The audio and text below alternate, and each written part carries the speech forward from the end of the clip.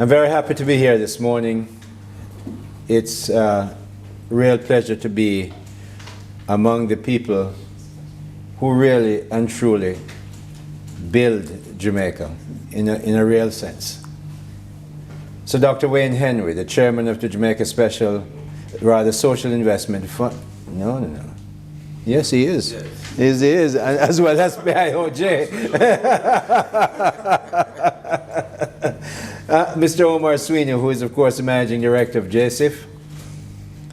Mr. Raymond McIntyre, chairman, Public Procurement Commission. Mr. Glaister Ricketts, chairman of the Professional Engineering Registration Board, very vital organization. Mr. O'Neill Josephs, president of the Jamaica Institution of Engineers.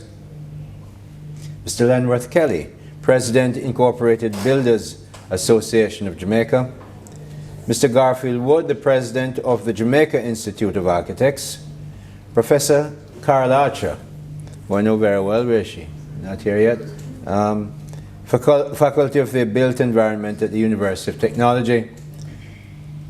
Presenters from the Ministry of Finance and Planning, the Public Procurement Commission, and the World Bank. Senior managers and other managers of the Jamaica Social Investment Fund. Professional engineers, quantity surveyors and architects, contractors and consultants, media practitioners, and of course, very distinguished ladies and gentlemen. For over 27 years, the Jamaica Social Investment Fund maintained an impeccable track record of executing hundreds of impactful projects in key areas such as the rehabilitation of roads, schools, health centers, construction of drainage systems, construction of fire and police stations, construction of green spaces and safe passage routes for schools, as well as the construction of the Port Royal Coast Revetment Jamaica Institute of Engineers Engineering 2022 Project of the Year. In other words, JSIF has been right in the center of communities. Yes, we want big highways and huge hospitals, but it's JSIF that gets in there with schools, with roads, with water systems, with green spaces for communities where people live. And I want to give high compliments to Mr. Sweeney, the MD of JSIF, and his team for the exemplary work they have done in communities across Jamaica over these many years. Give them a round of applause.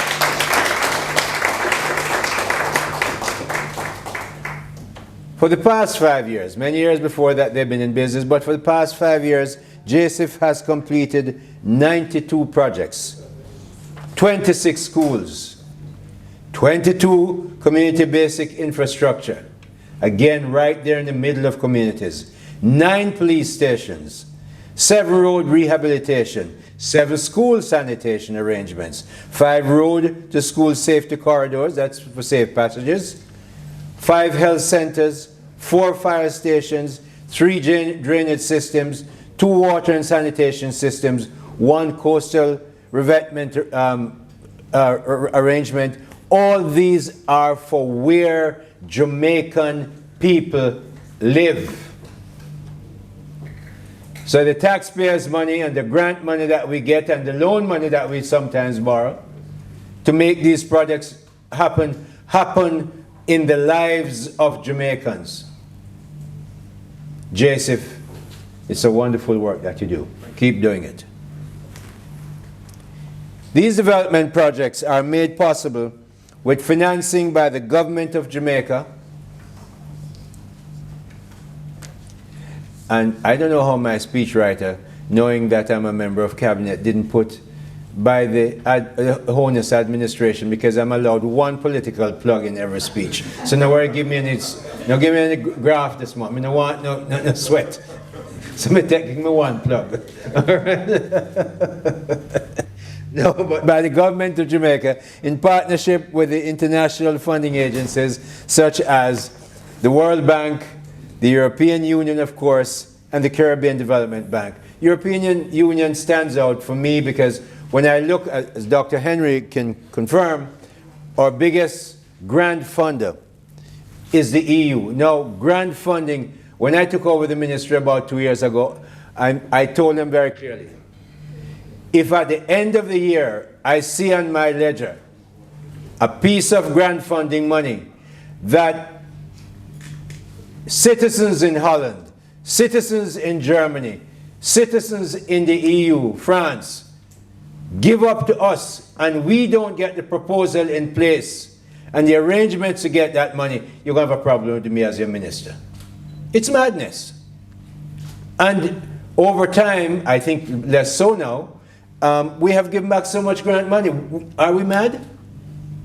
When you hear grant, find everything you can do to get the grant and manage it properly. One of the reasons why, yes, clap, please. Because we don't understand how your mind can work that way. You get free money from rich people, and you need it, and you not take it. What happened to my mic? Why you cut it off?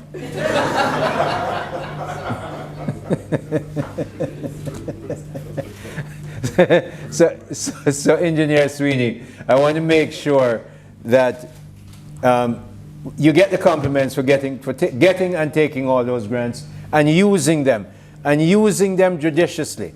Because if we don't use them judiciously, the EU and other grant funders, sometimes the Caribbean Development Bank, certainly the IDB, will take the money back, and that is nonsense. So clap all those people who take the grants and use them well.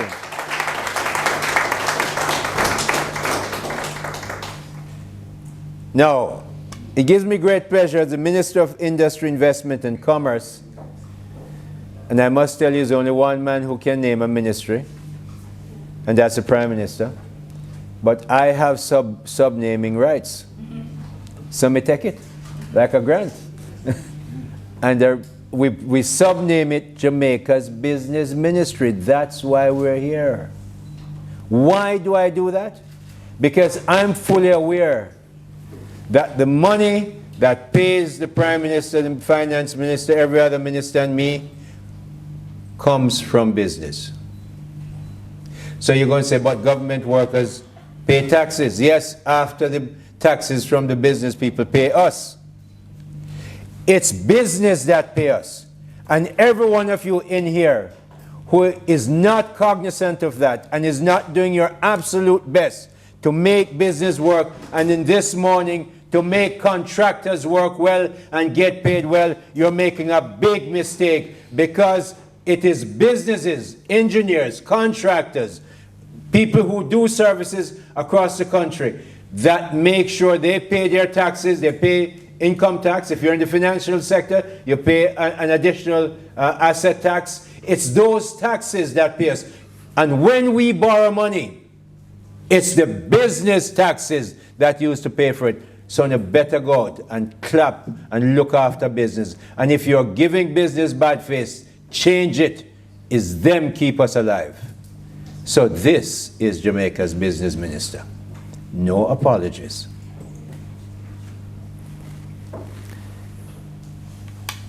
But I make sure business understand that I cover the whole spectrum, from the big rich guys and big companies to the medium, small and micro enterprises, right to the consumer. And if you don't look after the consumer, boy, you're going to have me on your back. I don't care how big a business you are. Because the consumer, the consumer and the fair trading commissions are there to make sure consumers get a fair share and fair shake in this marketplace. That's the kind of business environment that we want to run, and we want to make better every day. So you know what? Give our business people who pay us our money, hold for government people in here a round of applause. I think it should be a little bit more energetic than that, but I'll give you more opportunities. This event is significant as it serves as a conduit between JSIF and key stakeholders. It fosters improved interaction and facilitates the exchange of vital information regarding project planning and execution processes, as well as the procurement guidelines for contractors seeking to build on proposals for national development projects managed by the Jamaica Social Investment Fund and other agencies of the government. And I want to compliment Engineer Omar Sweeney for getting this together. I was very enthusiastic when he told me, was willing to support as much as I can. I sit at the infrastructure committee and see what goes on, and I'm very happy because, you know, you hear that, oh, I hear people say the contractors, the Jamaican contractors not performing, and they don't do what they're supposed to do. I'm going to address that a little bit further. But we have to help them to get better. Don't tell me they don't do well enough. American contractors didn't become big because they were perfect when they start. Saudi Arabian contractors, Khurafi in Kuwait, and I've worked in the Middle East for a long time, financing a lot of big contractors. They all didn't start big and perfect. I know that. Bechtel, who doesn't do contracts anymore, does EPC arrangements, didn't start big and perfect. So make sure you help Engineer Sweeney and others like him who seek to help our contractors to be better, because have a job for them. In February 2023, the Andrew Holness the Andrew Holness administration, through the Minister of Finance and the Public Service and the Office of the Public Procurement Policy, successfully attained Cabinet's approval of the Contractor and Consultant Performance Evaluation Policy.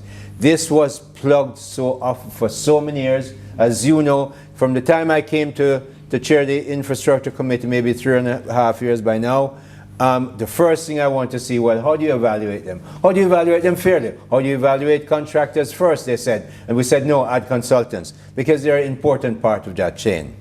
This policy seeks to establish a consistent framework for evaluating the performance of contractors and consultants involved in public sector projects and procurements. It further ensures that transparency and accountability, those are very important. We talk about them and we sort of don't see if their practice, well, I want to see that their practice, are maintained in the selection of contractors and consultants for public projects, ensuring that the planning process is transparent and equitable. Now, of course, any government contract that is 60 million or more comes to the Infrastructure Committee of Cabinet to be reviewed for Cabinet. I chair that committee, so I see a lot. We spend billions and billions of dollars at that level. There are many more billions below the 60 million mark, but a lot of money that passes through there, and I see a lot of stuff. Of course, I learned too. When we speak of procurement, quality and productivity must be at the forefront of all planning and execution processes. We need to make sure that we inject quality and inject productivity into what we're doing. Are we doing it the most efficient way? When we're going to build a road, do we dig the trench and put in the water pipe and the mass communication in pipelines before we close it up?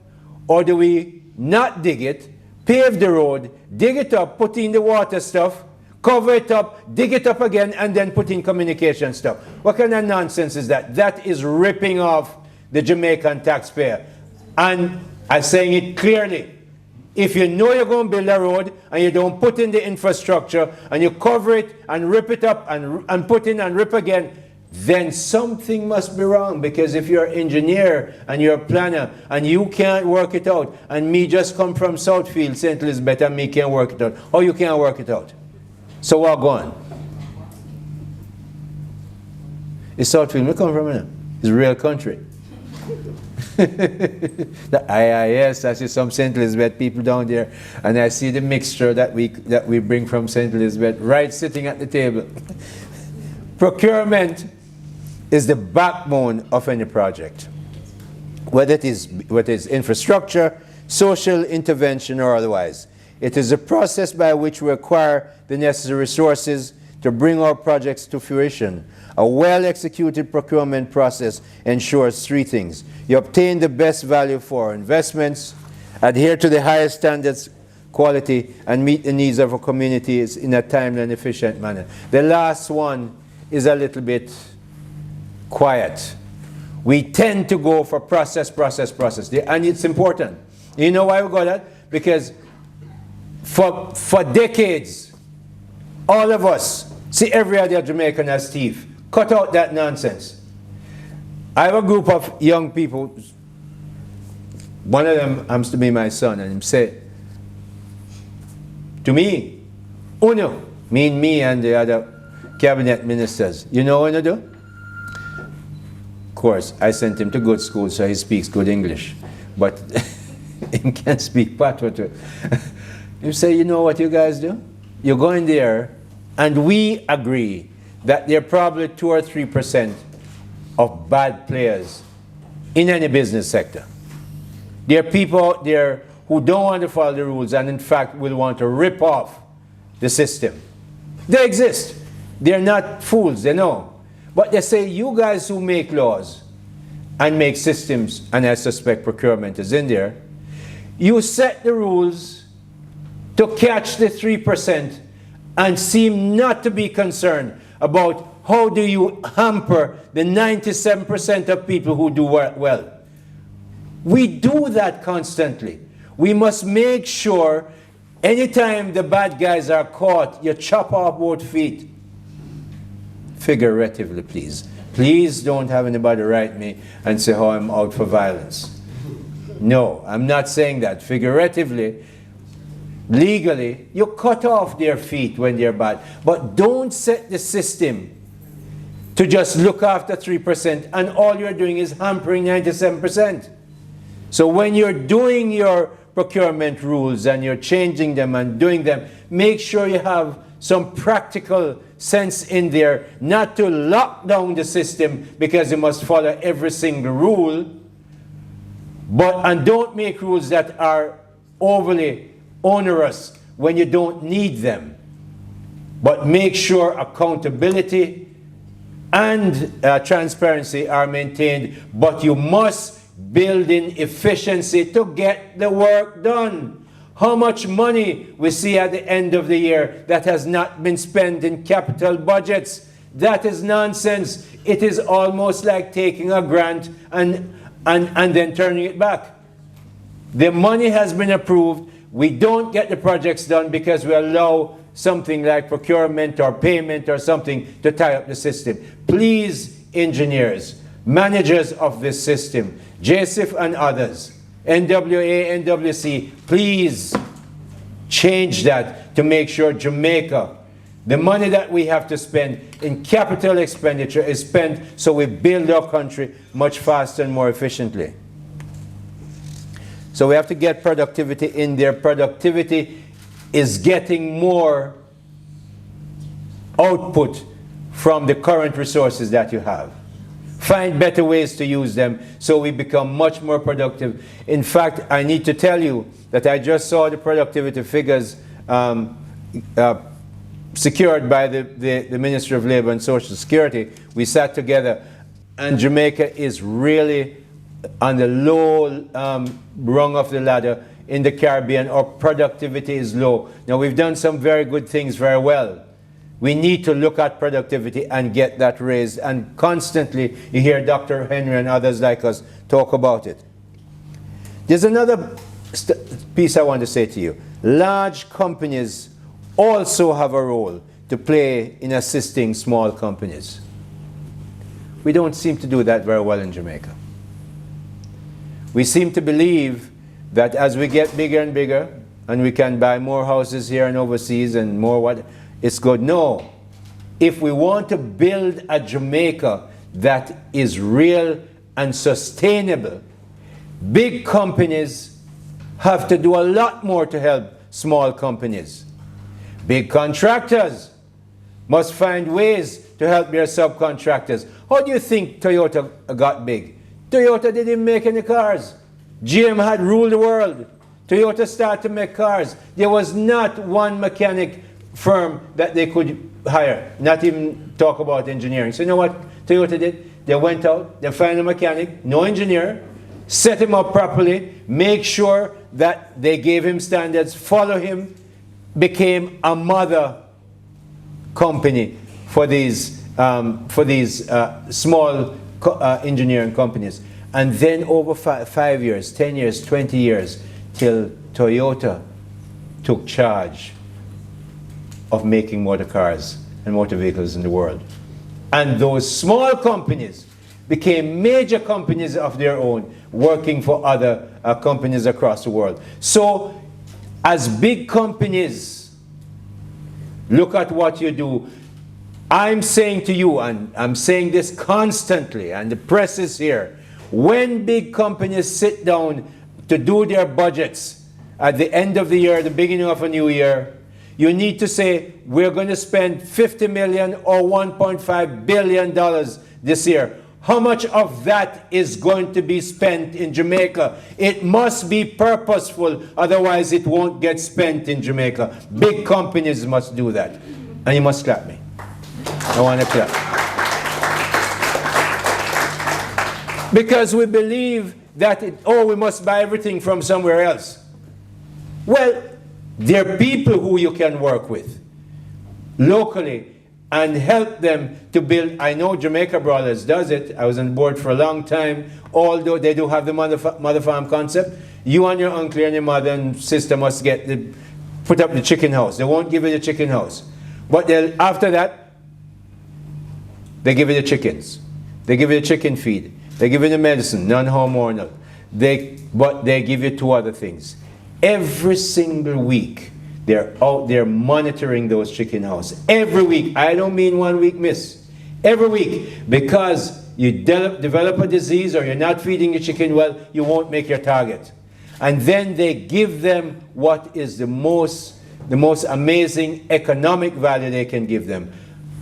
A secure market. So if they commit to buy your chicken at 90 pounds or $120 a pound, no matter what happens, you're going to get your money. And so you can plan.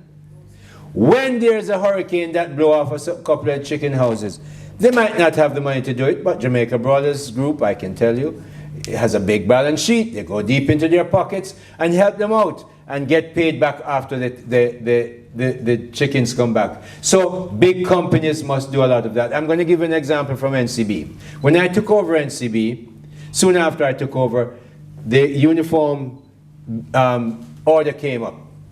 So I saw that they're importing these uniforms from our biggest trading partner. I said, what? I said, I'm not signing it. But sir, the local people don't make the uniforms to fit well, and we can't get the kind of material. All kind of something them tell me. So me hear the sus, but me never bother with the sus, because we're going to change the policy. So I said, really? I said, all right. I said, who is the head of the Jamaica Exporters Association, what it was called then? Doreen Frankson. I called Doreen Frankson, hadn't met her yet, got to know her well and worked well with her afterwards. Doreen sent me the 3 best uniform manufacturers in Jamaica. She sent them to me. We picked one. The one was called Mark Design, and it was run by a woman called Miss Nicely, Miss Marcia Nicely. So I said, bring her in, I want to talk to her. She come in, I said, well, how come you never get any NCB contract before? She hesitated. She said, so I don't want to say anything. I said, all right, man, you can tell me. Me and you, me don't know them. Tell me. So she said, look, them locked me out. And when, long time ago, they gave me a contract for 1 year. I can't do anything with a 1-year contract. I need machinery and so on. She was making these uniforms from a 1,500 square foot apartment house where she had. It's illegal because she's in a residential area. So somebody could report her and lock down her business, and her kids can't go to school, and the people, I think she had 7 employees at a time, maybe a little more. So, you know what? I called her in. Now, I've been financing really big contracts in Saudi Arabia and the Middle East. 300 million, 500 million, $1 billion contracts. I know how to do contracts. So I bring her in. I said to my people, you give her a 5-year contract for $80 million. She couldn't believe it. I said, no, you're going to go out and buy the equipment. We will finance the equipment. We will get paid out of the work that you do for us. You pay us back. And you will have a business. Well, today, Ms. Nicely makes for courts, Bank of Jamaica. The Bank of Jamaica is an interesting story. Yeah, man, give her a clap. You're going to clap again. I have more. She called me one day, did you say I just opened their building? I'm down there for a meeting. She called me and said, well, you know, I just lose the Bank of Jamaica contract and it's gone overseas. So I was writing for the Glean at the time. And I wrote an article about how the Bank of Jamaica, Brian Winter was the governor, how the Bank of Jamaica is supposed to protect our currency and them exporting our business overseas and pay hard currency for uniforms that Jamaicans can make. Oh Lord, Brian called me ballistic. Say, oh, you know procurement and you have to do the right things and this one, we're the government. I said, Brian, cut the crap.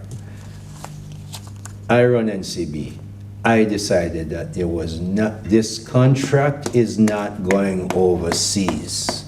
We don't need to send overseas to make contracts. And if I can find Jamaican contractors to make uniforms for people in your bank, in my bank, you can find it too. We stopped. The next year, it happens. Miss Nicely won the contract. Whenever it came up again for the Bank of Jamaica, she called and tell me. But that's not the whole story. Today, Mark Design has a 24,000 square foot factory that they own. They employ 140 people and export to 13 countries around the world. That's the clap. Now I have the same design on contractors.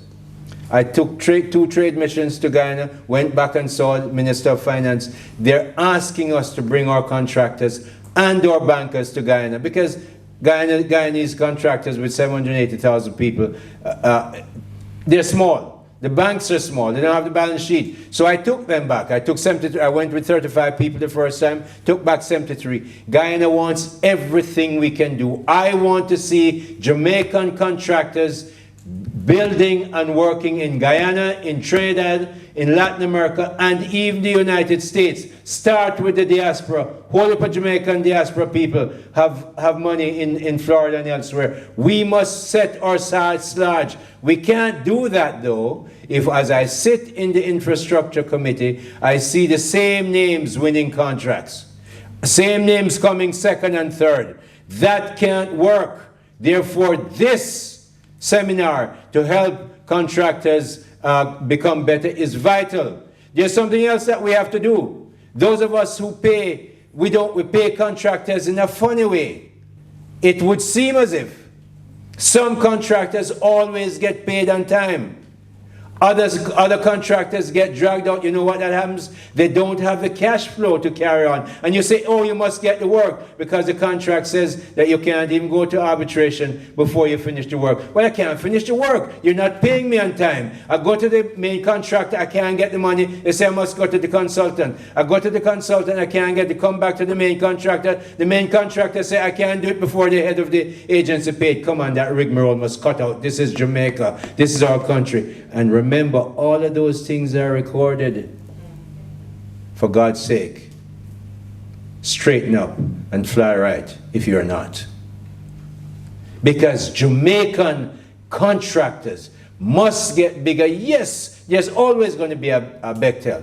There's always going to be, you know, a Martin Marriott. Yes, but there are lots of big contractors below them that do work out of the United States that because they have been encouraged and get work to do. So I'm really asking that as we look at accountability and transparency today, we understand that the payment and fair treatment, we must be fair in when we're awarding the contract. We must be fair in how we pay. We must be fair in how we hold people accountable. But you can't not pay people on time and expect them to continue to perform well. That is important, and we must make sure we get that right in Jamaica. JSIF, conference today is working to make that happen. I certainly encourage you. I want contractors to be exporters. I tell you why. For 61 out of 62 years, we've had a negative trade balance. We had 1 year when we had a positive trade balance in 1966. I went back and checked the numbers, or per capita GDP. I asked them to check from 1970. I didn't bother to go back earlier. 1970, we had a per capita GDP of about US $5,000. Today, our per capita GDP is 5,187 or thereabouts. When we joined the WTO with China in 2001, we had the 5,000. China had about 2.8, 2,800. India had 1.8. China is now 12,500 per capita GDP. Multiply that by 1.3 or 4 billion people. You see why China is rich.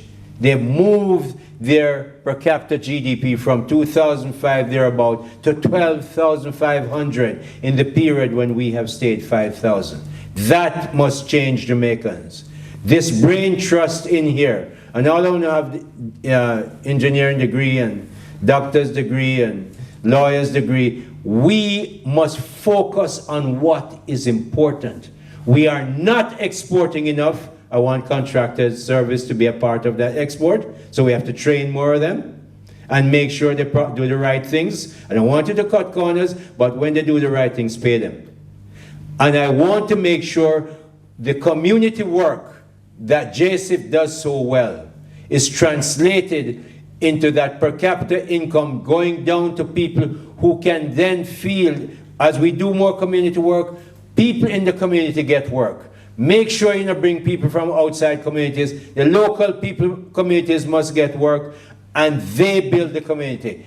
They build then our per capita GDP. Jamaica gets richer, and JSIF gets higher commendations. I thank you.